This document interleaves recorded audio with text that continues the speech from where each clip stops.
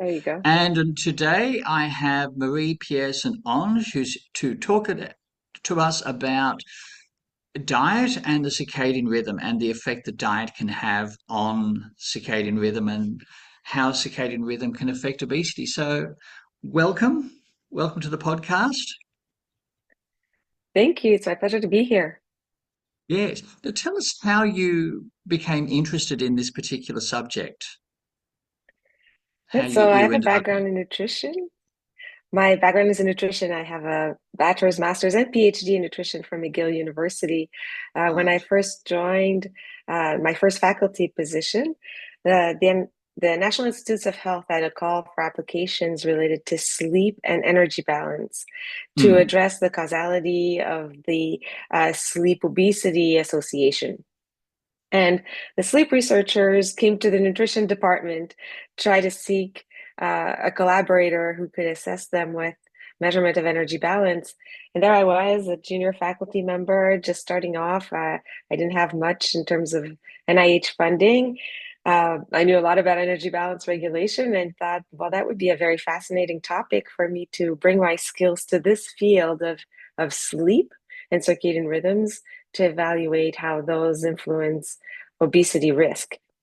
Unfortunately, the grant didn't get funded immediately, but I pursued, continued to try to get this funding, and eventually did get funded while I was at Columbia University, and that pretty much launched my career in terms of assessing sleep and uh, cardiometabolic risk. Mm. And yes, I understand what it's like to try and attract funding and to be denied first round, then go back for the second round and third round. So yes, that's a very Oh, familiar yes. story to me. So it kind of Yes. launched you into this whole sleep area. Mhm. Your background, as you said, in nutrition, you had your PhD. What was your PhD actually in? I was looking at functional foods. My interest was on medium chain triglycerides in particular, so a specific type of fat Mm. that's metabolized differently than most other longer chain fatty acids that are more common in the diet. It's Right. not very common, medium chain triglycerides, but they're processed directly, go directly to the liver. They don't Oh, travel across the periphery to different tissues. And so they travel to the liver, get metabolized, and raise the thermic effect of food. So you burn more calories from these types of fats that you would from longer chain types of fatty acids. So we've done multiple research in this area to seeing how it affects energy expenditure, energy balance, and weight management, and found that having higher intakes of medium chain triglycerides can actually help boost weight loss a little bit. oh, that's a Yeah, fascinating finding. through inducing this negative energy balance from simple food substitution. So going from switching from long chain fatty acids to the medium chain can actually promote weight loss. Correct, correct. Fantastic. And it's interesting because I can draw this parallel now with circadian rhythms, timing of eating. We Mm. published a paper a couple of years ago where we showed that if you eat your meals later in the day, you don't actually burn more energy over a 24-hour period, but you burn more fat when the meals are earlier compared to when they're later in the day. So simple changes to the timing of when you eat can influence um, substrate utilization and fat oxidation specifically. So it's more efficient to have, is it like the old saying, breakfast like a king, lunch like a prince, and dine like a pauper? I think that's the Pretty saying. much, that's the saying, and it's there's definitely some truth to that. And but I wouldn't call this more efficient because if you're more efficient, you're storing your calories more readily, right? So Right. it's more of an inefficiency of Oh, burning off. Uh, especially when we talk about the medium chain triglycerides, they're burnt off more readily. So it's an inefficiency in their metabolism in a way, so you because want you your don't want to metabolism store to those be calories. inefficient.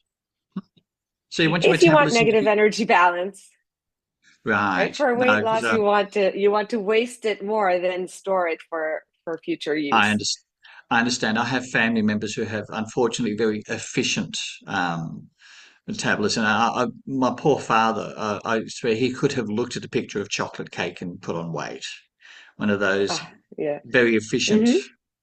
Hmm. Um, Thankfully, I did not take after him, but we all know people. It's just very efficient. So you're making it inefficient, which is an interesting thing. Normally, we're looking at making our bodily processes more efficient, but Hmm. we're going the other way with that. Yeah, in a way, yes. Fantastic. And I believe you've got a cookbook out. I do. I do. It's a combination of science and cookbook recipes. So for Mm. a few chapters, we talk about how um, sleep is important for health, for cardiometabolic health, and also how diet can influence your sleep at night.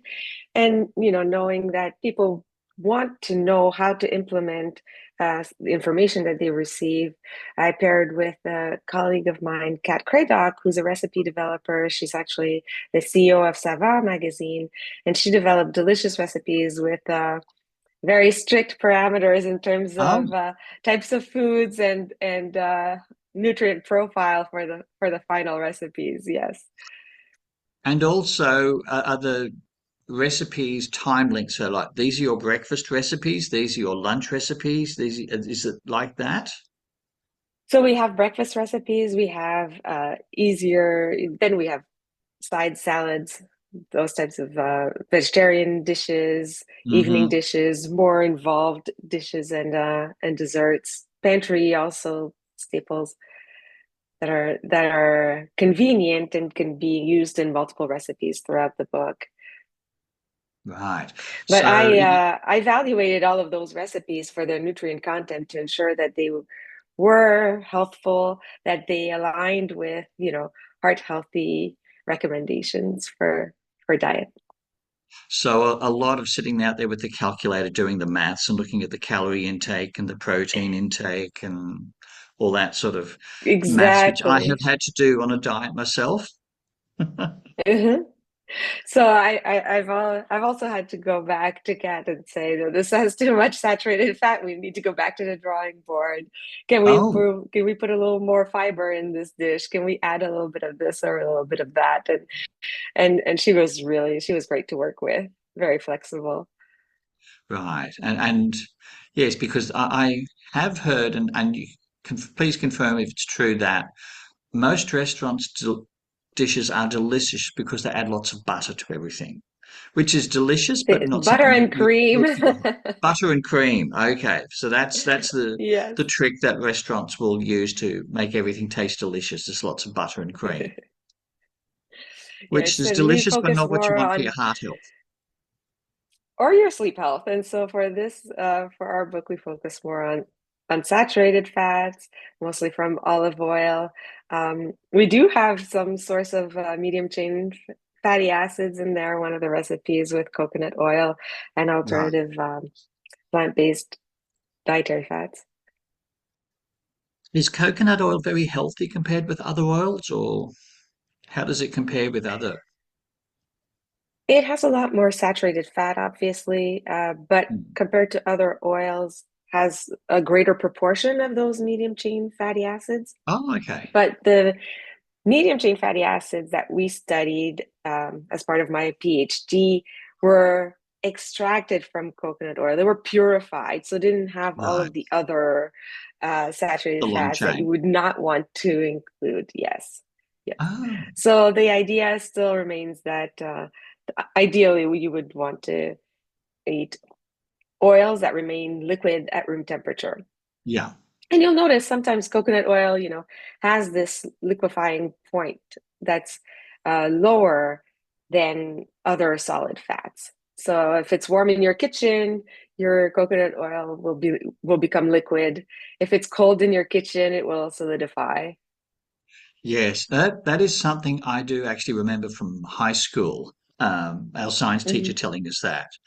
And one particular brand of margarine was not very good. And one of the students said, but it was liquid on Saturday, and she said everything was liquid on Saturday. It was very hot. But that was the Right. rule we got given, that, if it's solid, it's not as good as if it liquefies easily. Correct. So, what are your recommendations for um, people looking to become more inefficient with their weight gain, so lose weight with their diet? What are your top few tips that you would say? hmm So one of the things that we've seen, as I was mentioning, is that fat oxidation or your ability to burn fat is lower when meals are consumed later in the day. So trying to eat Oh, earlier in the day is always, something that I like to recommend. Um, they're also more insulin resistant later in the day, so it's a good idea to finish eating earlier, um, and try to contain your eating period during the daytime rather than being close to nighttime. so those late night pizza runs are a no-no. No, no, absolutely not. Absolutely. I mean, pizza's not a healthy food at the best of times, but certainly not late at night. It always depends, what you put on your True. on that pizza pie. But, So you've launched. What else are you doing in this area? I mean, you mentioned you're in Madrid. You're on an exchange program, I believe. I'm in Tell us Madrid about right now. Yes, so I'm in Madrid. I received a Fulbright U.S. Scholar Award to come to Madrid congratulations. to work. Thank you.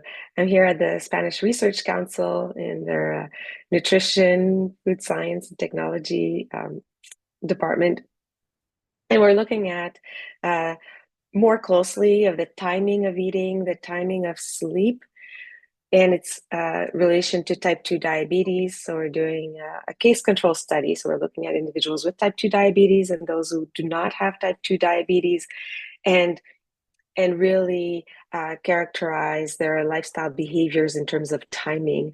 Uh, we know so much about quality. So we know a lot about how diet quality influences health, but not as much about the timing of behaviors.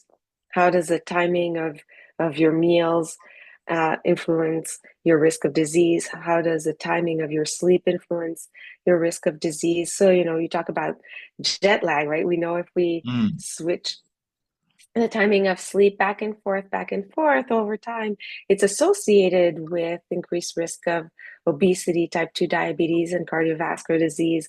What we need now is a lot more research in terms of evaluating causality, because we have a lot of associations, a lot of information from population studies, information from individuals who work shift. So these people who work shift often flip back and forth from sleeping at night, sleeping during the day based on their work schedule, and they are at higher risk of Mm. chronic diseases. So what is it that causes that, and how can we help uh, reduce their risk for chronic disease? That's interesting that you say that. Talking about just been researching social jet lag. And Mm-hmm. I have heard, and I certainly would want someone to confirm this. For example, police or nurses being on a permanent night shift or morning shift or evening shift or whatever is less stressful than the constant rotation from morning to evening to night. And Mm-hmm. you do see that's well, they're wanting to be fair. They don't want to give everyone the night shift. They want to make it fair, so they'll swap around. And so people are constantly, they'll do 2 weeks morning shift, 2 weeks evening shift, 2 weeks night shift, then back to morning shift or something like that. Mm-hmm. That Mm-hmm. constant jet lag, social jet lag, Mm-hmm. cannot be good for But your health. no, but jet lag occurs regardless of whether they're rotating, because on most people on their days off do not continue on the night Mm, schedule. So no matter what, they're flipping back to a more normal, if you will, daytime schedule for, social interactions, to be with family, uh, and to be awake, during the daytime yeah, hours. yeah, no, and that is that flipping, and I think that points out that constant flipping weekday early than weekend sleep in is quite Exactly. yeah. Yes, and we're doing research in that space as well right now. Actually, I have a study that's going on right now in New York City, where We're shifting the timing of sleep and the duration of sleep in individuals. So having them sleep too little during the week, which is what unfortunately many people do, and then sleep in on weekends to recover for the lack of sleep during the week. And we have two different groups that go from short sleep to extended sleep. One group that extends sleep by keeping their midpoint of sleep the same across all 7 days. So to extend their sleep on weekends, they go to bed earlier and wake up later. So Okay, that so they've just midpoint of extended their sleep sleep. remains the same. Yes. And the other group only wakes up later. And Yeah, so in doing that, their midpoint of sleep shifts by 2 hours. And we want to right. see how that influences cardiometabolic health relative to a group that remains at stable, constant, adequate sleep over the same period of time. Mm, that is So give interesting, us a and few years. Give us a few I'll, years, we'll I'll have some answers. I will definitely be interested in that. Absolutely. And now, where are you based now? I mean, you're in Madrid now, but where are you normally based? Which I'm university? normally based at Which Columbia one's University in New York Columbia, City. Columbia? New York Yes. City. So, and you would have Yes. experienced jet lag flying across to Madrid, no doubt. Yes, I did. Yep. Yeah. Less so because I moved so they don't change their clock to daylight Oh, saving time until 3 weeks after New York City. So I switched to 5 hours. There was oh, a 5 hour time difference. And then the following week, then I went into daylight saving time. Then I got right, another hour. So I went through daylight saving time twice this year, right. We've just left daylight saving time here in Australia, so which helps but us we out actually yeah. So in terms of timing. it works. It's worked for us, but yes, we've just left daylight saving time, but we still haven't left the summer weather for some reason. Well, Quite so here in Madrid, it's very interesting. So the reason why I'm actually here in Spain for this Fulbright, examining timing of sleep and eating, is that Spaniards have a very different eating and mm, sleeping pattern from the rest of the world. They eat very late, and their their daylight stays later, and mm, their morning light is also later. So they have very different eating and sleeping patterns as we do in the US. So we want to compare that and see how those behaviors different differ and influence the risk of type 2 diabetes. When we switched from uh, standard time to daylight time here in Spain, I woke up at 7:30 in the morning and it was dark. And I oh, know that when we switched to daylight saving time in New York, it's dark when I wake up at 6:30, but by 7:30 it's light. And I thought to myself, these people have no business, no business adapting daylight saving time. well, 7:30, it shouldn't be dark at 7:30. no. And Yeah, part of the history of Spain in particular, it's in the wrong time zone. It should it be in is the in the same wrong time time zone as the zone. UK. Yes. Not a, but I think it was General Franco formed an alliance with Hitler and Mussolini and decided to join their time zone to make things easier. Hmm. And it's stayed Hmm. since. So Portugal's, I think, an hour behind. So Probably. I'm not so yeah, sure. and, Yeah. and the UK is an hour behind, and Spain is due south of the UK. So it probably part of that staying up later thing is the fact that they're in the wrong time zone for where they should be. Exactly, exactly. So they're following sun time rather than the clock time. Which makes sense actually. Hmm. Which absolutely makes sense. So all that those Hmm. late Spanish nights are really just an effect of the time zone being wrong for Spain, perhaps. Right. But unfortunately, work hours still are early enough, right? People here come into work by 8:30 a.m. So it's not like that's shifted by an hour because of the sunlight. So yeah. Now, something I read with US high schools is that they're having them, some of them start at like 7:15, 7:20 a.m. Was that your experience in the Hmm. high school system in the Hmm. US? So I went to school in Canada, but yes, in the Ah, US, high school students start early. It's interesting because the high school students start, at least where I live for my kids, high school students start before the elementary school students. But the elementary school kids tend to have earlier um, yeah, chronotype. They tend to be up earlier, so it's easier for them to be up early, and then the high school yeah. students have a harder time. Our high school in my hometown is very good though. The high schoolers don't start until 8, 10, and then even in our town, we did have a push to start high school a little later, and we managed to get that done. One day a week, they started at 8:30, and the rest of the Oh, time it was 8:15. So, you know, baby steps, but we're getting, there's a push, and yeah. there are discussions, so that's always good. No, I think I started at 9:15 here in Oh Australia. wow. I think that Yeah. that's fairly common and quite civilized, but I didn't Mhm. realize high schools were starting so early in other places. So, Yes, which yes, doesn't work yes. with teenagers. They're they're they're No, evening. no.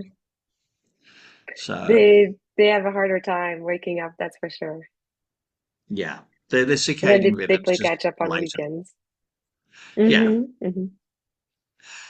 Now going back to your meals, we established breakfast like a king, lunch like a prince, dine like a pauper is a good rule. But what particularly nutrients would you move towards in the morning versus in the evening? Are there like protein, for example, or fatty acids? Would they be more morning things? What would Mm-hmm. you steer towards the morning and nutrients you'd steer towards the evening? Yeah, so I'm not so sure that there's uh, enough evidence to be able to specify which Okay. nutrients to favorize at one time of the More day research is versus required. another time of day. Certainly, more research is required, Yeah. and I think that would be particularly relevant to people who work night shift. Yeah. But but I always try to steer for balanced meals uh, across the board.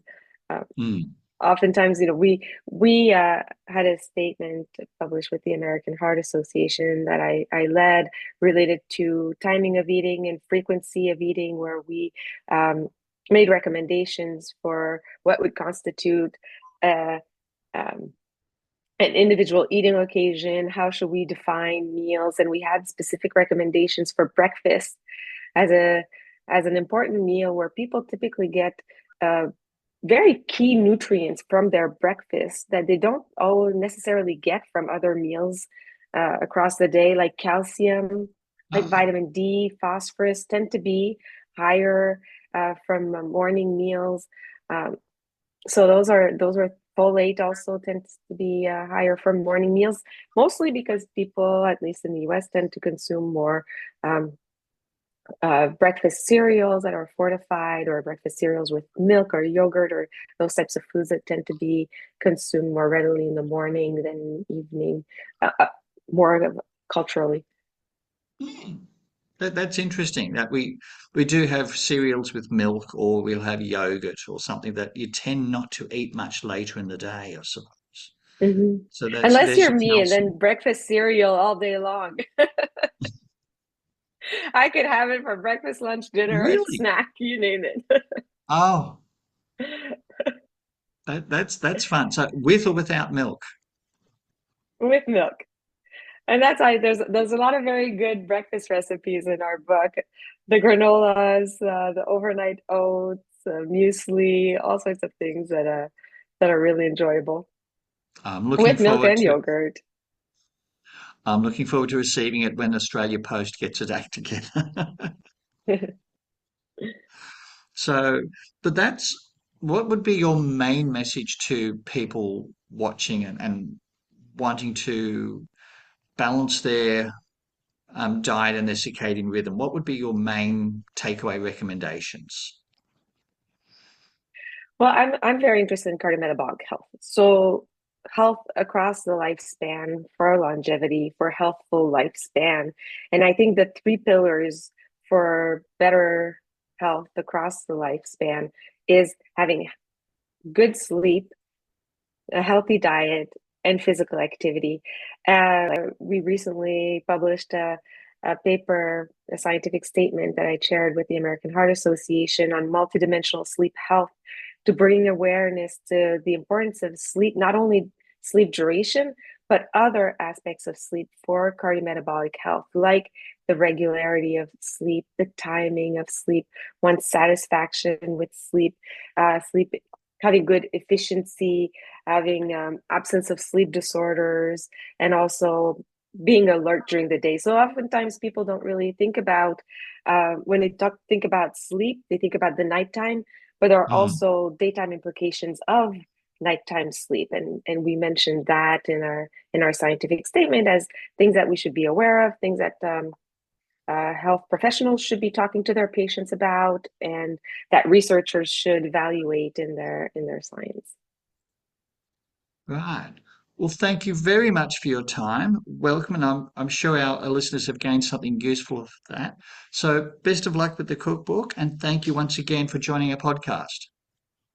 Thank you so much for having me. It was a pleasure speaking with you.